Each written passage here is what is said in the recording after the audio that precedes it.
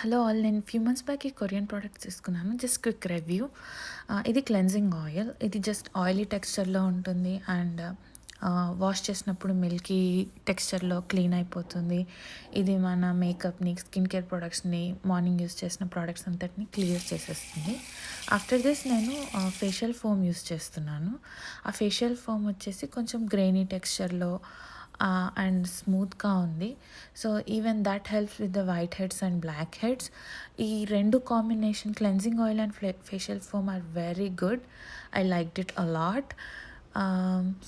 So even the cleansing oil wash అయిపోయాక మన skin నీట్గా క్లీన్ అయినట్టు ఉంటుంది. It doesn't look like oily. And this is the toner. I didn't like this toner. It's watery texture, but it did nothing to my skin, so I stopped using it. ఈ toner నాకు పెద్దగా నచ్చలేదు.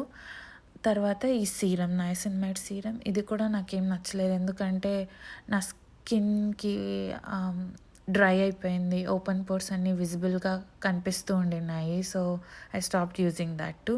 And snail mucin, very viral product. Snail mucin కూడా it did nothing. So I stopped using the toner, snail mucin and this serum. I'm using other products. అది next రివ్యూలో చెప్తాను. So this is my quick review on these products. Thank you. Bye.